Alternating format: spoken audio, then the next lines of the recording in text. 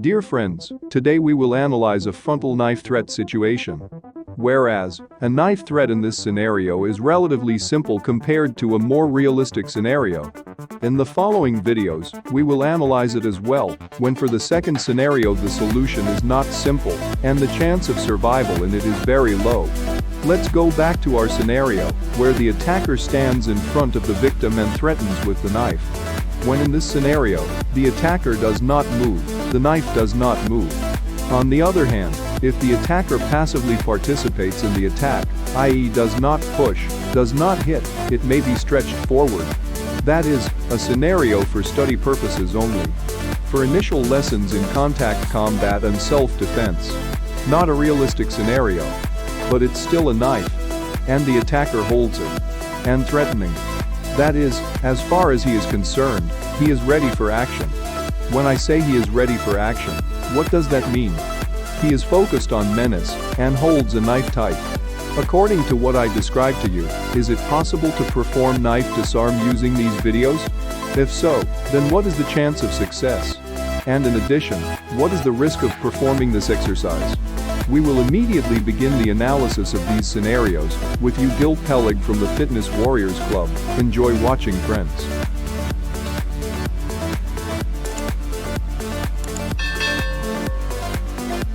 What are built-in and controllable risks of self-defense exercises? In my article, which I will attach below, I refer to the two levels of risk that exist in the technical execution of one exercise or another, built-in risk and control.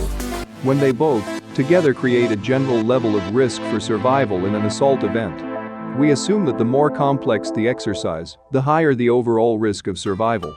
The goal is to reduce it. The following are the main definitions and differences between built-in risk and controlled risk.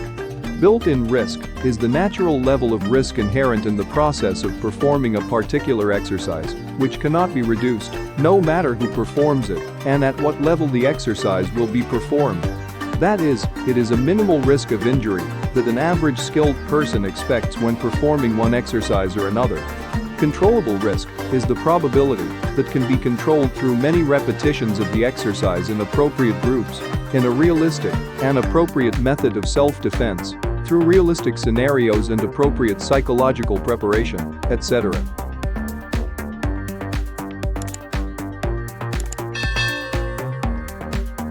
Dear friends, in this video we will compare a KALAH against KRAV-MAGA on the subject of a frontal knife threat. When, our goal is not to say which is better, but to show the advantages and disadvantages of each method.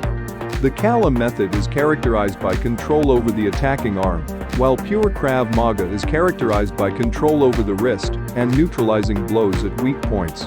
In our analysis, we will refer to two very important parameters in our opinion. Built-in risk and controllable risk, which constitute a single risk of survival from the exercise, and the lower it is, the better the exercise. This second parameter is the level of benefit for the trainee. When the second frame is recommended to be as high as possible. In the article attached to the channel below you can read more about this mathematical model. If there are any interesting questions, we can do interesting experiments later, so write to me about them. We will continue our analysis, and the first method regarding the frontal knife threat is KRAV-MAGA. To assess the built-in risk in a KRAV-MAGA exercise, we will refer to the fact that disarming a knife from an attacker who is under the influence of adrenaline and determined to act is impossible by performing a blow to the wrist, and a first test proves this. That is, the built-in risk of surviving the exercise is high and tends to infinity, while the chance of success tends to zero. Regarding controllable risk, no matter how many times you do it and practice it, the risk of failure cannot be reduced because the built-in risk is very high. The second part of the test refers to the case where the victim performs a tilt of the attacking hand with the knife and at the same time a neutralizing blow. Check built-in risk. It is not possible to perform this exercise because the attacker's immediate reaction is a quick movement and pulling his hand back and performing a frequent stab. When the built-in risk for survival even in this exercise aspires to infinity because it is a fact that stab wounds will kill the victim. That means the chance of success tends to be zero. Regarding the benefit for the trainee, without a doubt, the exercises are easy to teach, and after a few sessions, you can master them.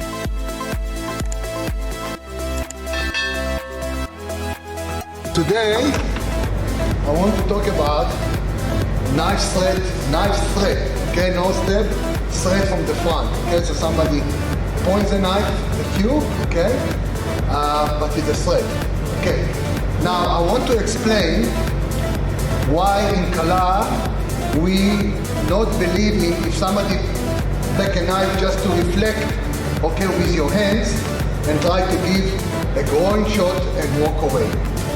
The chance this is going to work in reality is very, very slim, and I explain why. A guy holding a knife towards you, okay, he not going to stay static, okay? Even if he talk to you or searching you, okay, and he keeps the knife here, keep the knife here, and just search you, okay? Exactly, so you got to have some movement here, okay? And he will not give you the, what I call it, the perfect target, standing like that and you can do 1 and 2. It's not going to happen like that in reality.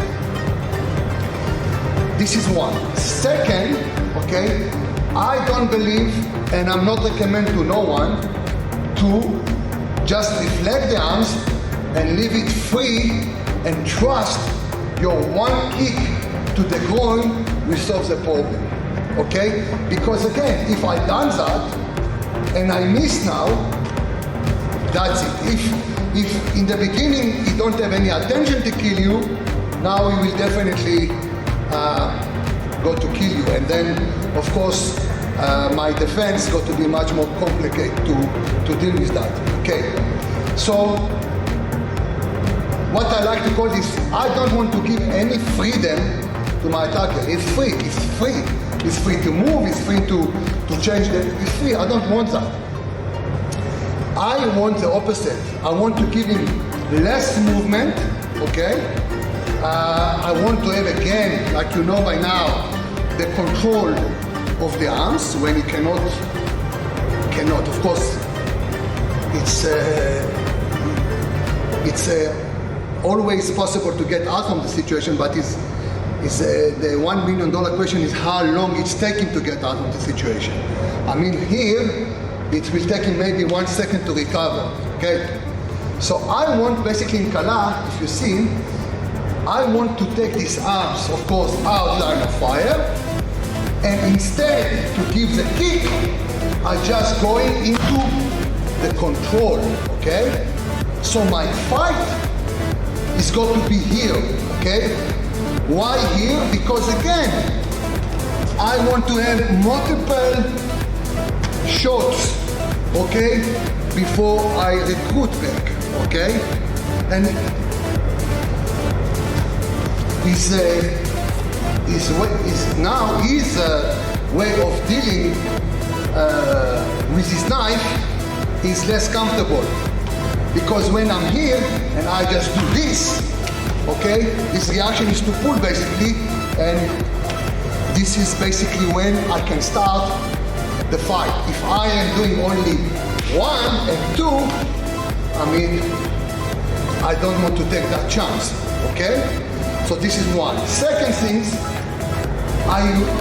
in KALAH, in the beginning we used to go in that way.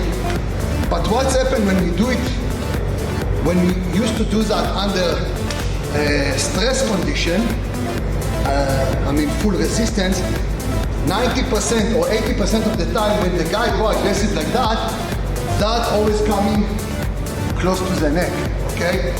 And again, we are human beings, and at least in KALAH, when I see the knife is close to my neck, I always stop the exercise, not matter how much aggressive is the defender, because when I see the attacker stabbing few times, I will stop it, because basically, unfortunately, the reality is it's a game over for you, no matter how much aggressive you are. And of course, the protection gear are, these were the minus of the protection gear, because when you get stabbed here with the protection gear, you don't understand basically it's a game over. So this is why I stopped to do that. Of course, when somebody stabs me, I don't have the choice to come, because I cannot just, now it's not going to work. So Yeah, this is why here I will come and then I will change quickly for the knife not to arrive to my sensitive area. But if it's a knife thread, okay, I always use, you see, I inflect it and I'm pushing myself in. I'm not leaving it. I'm not just leaving it and going in. If you can change, you got to lose our faces now a little bit, but it's okay. What I'm doing, I'm just, when I reflect it, you see what I'm doing with my elbow, I tuck it in, and then the other hand going over his arms, because I know he will pull, okay? Pull. This is basically where I want to be. Let's return back to the same place. Okay, again, please. Okay, 1, 2, and again, from here. Yeah, now I can give, I can give, I can give, I can give, I can fight from here. And I always have a control, okay? If I leave these arms to fight, I make sure, okay? Because for him to pull, it's very, very difficult, okay? So this is the biggest, let's say, difference between 1 and 2 to 1 and 2. I hope it's helped you. God bless. Kalah system. Dear friends, hope you enjoyed it. Subscribe to our channel, hit the bell below for more updates, and share this video on social networks. And don't forget to write in your comments what you think about this. With you is Gil Pelig from the Fitness Warriors Club. Thanks for watching. Dear friends, thank you for listening. If you liked our video, please subscribe to our channel and ring the bell below to get an update on our new posts.